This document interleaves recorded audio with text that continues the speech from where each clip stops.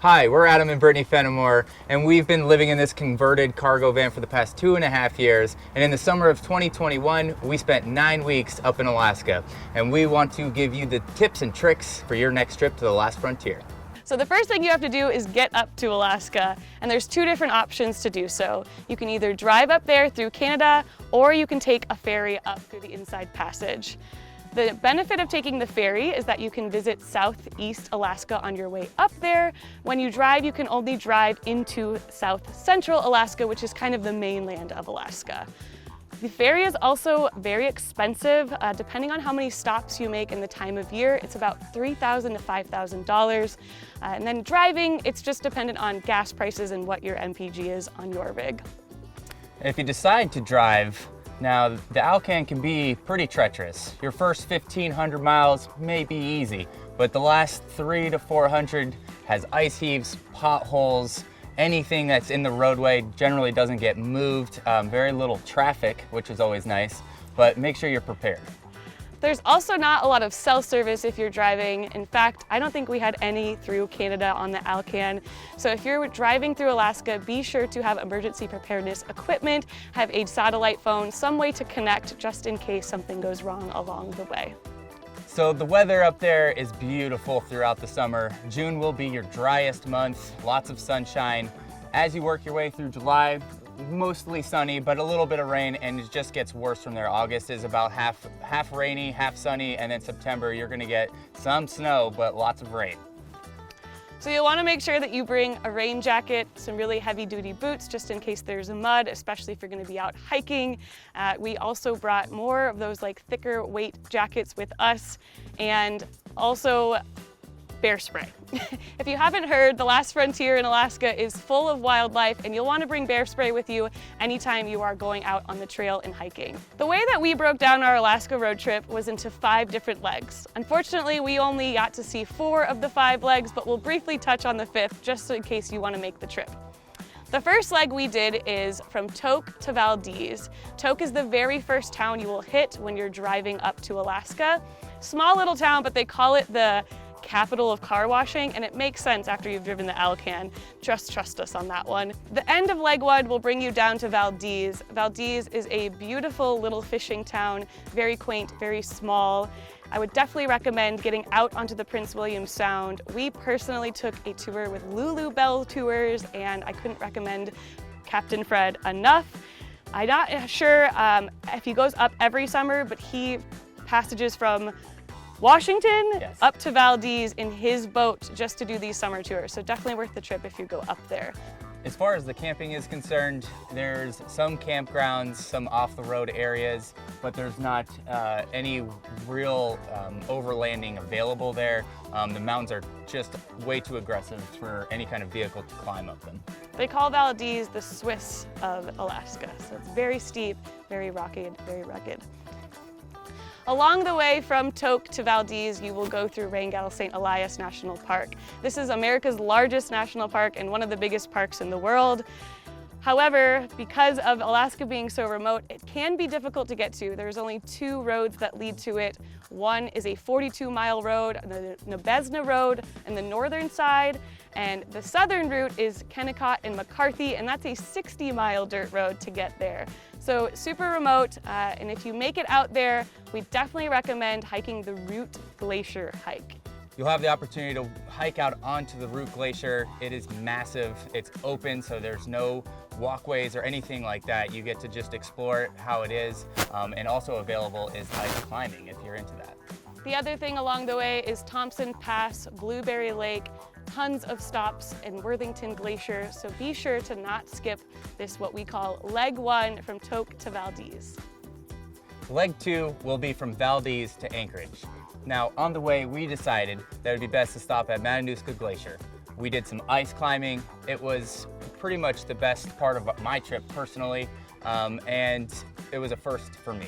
We also got to do some great hikes, one being Gunsight, which is a bit of a strenuous hike, but beautiful once you hit that summit. I believe it was, what, 12 miles there and back? Oh, now you're gonna challenge me with something I don't know. I believe it's actually 9 miles round trip, but it was 4,000 feet of elevation gain, so quite a hike for that one. This is my knowledge bank. She keeps all this information stored for us. And we also got to do Lion's Head, which is a shorter hike, but aggressive in elevation and quite a bit of coverage. So it was very hard to stay on trail, but we finally made it. Also, from the top of Lion's Head, you'll have a beautiful overview of Matanuska Glacier. So if you do get an opportunity to go onto Matanuska Glacier, you'll get two totally different viewpoints of this glacier. After you restock in Anchorage, you're gonna wanna head out onto the Kenai Peninsula, which is leg 3. There's a lot to do in the Anchorage area. There is Chugach State Park, which has unlimited hiking options. There's also Eklutna Lake area, and one of the really beautiful hikes that's kind of a hidden gem is Twin Lakes, and you definitely want to check that out. I believe it's a $5 day charge for the state parks up there. Yes, anytime you park on Alaska State Parks, it's a $5 charge. There is an option for a $60 Alaska Parks Pass, so if you feel like you're going to utilize that, or you just don't want to fill out the envelopes each time and you'll be close enough, it's something you might want to pick up. It is available for non-residents. So once you head out of Anchorage and work your way down to Kenai Peninsula, you're gonna pass beautiful towns like Gurwood, Seward, and there's endless hiking and exploring to do. But if you are a fisherman, Kenai Peninsula is where you wanna be. We spent 4 or 5 of our 9 weeks traveling through Alaska on the Kenai Peninsula alone. If you don't have enough time to spend adventuring all through these legs of Alaska, we definitely recommend not missing the Kenai Peninsula. There are tons of charters that leave out of Kenai and Homer that will take you across the ocean as well and onto the more remote parts of Alaska where Katmai National Park is. There's also a national park outside of Homer that you can visit, Ketchimek Bay. Basically, the way to get around in Alaska, you definitely need to get in between with a rig that drives, but planes and boats are huge transportation. So you'll want to get out of your rig and take the opportunity to get into a float plane, a bush plane, or on one of the boats to get out onto the water. We definitely recommend bringing all your backpacking gear if you have it. One thing we want to highlight about the Kenai Peninsula is visiting Katmai. There's lots of options to get there. You can actually leave from Anchorage, you can leave from Homer, you can leave from Kenai, but there are no roads to Katmai National Park. So you will need to fly to get there. But this is where the infamous Brooks Falls is, where the brown bears go each summer to feed. They're really popular in the months of June and July. We had a really interesting opportunity. It was a late salmon run, and we went in August and still had a wonderful experience. I think at the most... 21 or was it 22? I want to say it was 26 bears at the falls feeding all at one time that we were able to experience. Including little cubs with their first season, so they are just little munchkin soft holy bears. But don't touch. Now at the end of the Kenai Peninsula is Homer, home to basically the best halibut fishing in the world. So if you're a halibut person, make sure to get out on one of those boats. And it's an amazing spot with a spit that's natural. I don't know the length of it, but it's got tons of restaurants and bars and just things to do, shopping, and it's just a great family place. So after you visit all the way over to Homer on the Kenai Peninsula, you're gonna make your way back through Anchorage, another opportunity to restock, re-up. And then we are started leg 4, so from Anchorage all the way to Fairbanks. And the big hit along this way is definitely Denali National Park. I've been looking forward to Denali my whole life basically before we got there, and it didn't disappoint. It is massive. It's definitely the great one of the biggest things I've ever experienced, and we definitely recommend seeing it. However, you'll want to make sure you do your research. In August of 2021, there was the Pictured Rocks landslide that closed the road, and you're unable to pass mile 43 of the 92-mile Denali Road. This means a lot of the viewpoints and the buses to be able to see Denali aren't as accessible. The good thing though is Denali's a 20,000 plus peak, so you'll still get some views even outside of Denali National Park. Denali State Park, the Denali Park Road. You'll basically get to see it the whole way, if the weather's clear, up to the national park entrance. So for about 100 miles. And the other really incredible stop, this is just leaving Anchorage, is Hatcher's Pass. Now, as you work your way up, Hatcher's Pass was probably our favorite hike, I would say. It's where Reed's Lake is. Now, Reed's Lake, beautiful crystal water, and there's actually a secret plane crash at the top. And then you'll make your way up to Fairbanks, which if you're hanging into Alaska into the more fall, September time, you'll also get to see the northern lights. So you'll start to be able to track northern lights. It'll be early season, but we had the opportunity the first week of September to see them, so don't miss it. There's plenty of spots around Fairbanks to go watching for them, and it's one of those bucket list experiences that I can't really put into words.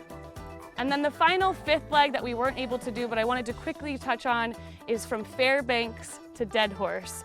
This is the northernmost point of America into the Arctic Circle, up to the Arctic Ocean, but this is mostly for hauling materials up to the oil fields up there. So if you do this, you definitely need to be prepared. The road is not paved, it is pretty brutal, and so make sure you're prepared if you do that trip, but what an awesome opportunity to be into the Arctic Circle.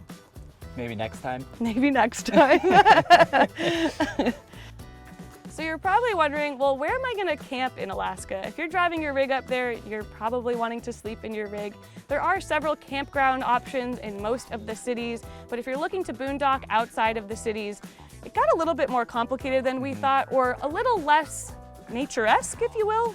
Less public lands. Most of it's either private or protected federal land. So there is a nice little trick though. Alaska has not adopted any laws that prohibit camping off of the highways in rest areas, at any pullover that's an appropriate size, or any scenic overlooks. If they are prohibited, then they will be signed as such. So we found that camping off the highway was the way that we were able to see so much of Alaska, such a huge state. In 9 weeks is a decent amount of time, but not a ton of time. We're pretty convinced you could travel to Alaska each summer for the rest of your life and still not see it all. It's definitely an outdoor person's paradise, from fishing to hiking, biking, snow machines, they do it all, and it's probably the best place in the country. The biggest surprise on our trip was definitely the connectability through cell service or Wi-Fi.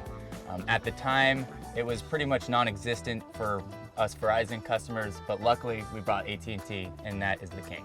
AT&T is definitely king up in Alaska, so if you have the ability to obtain a plan through AT&T, I definitely would recommend doing so before your trip up to Alaska.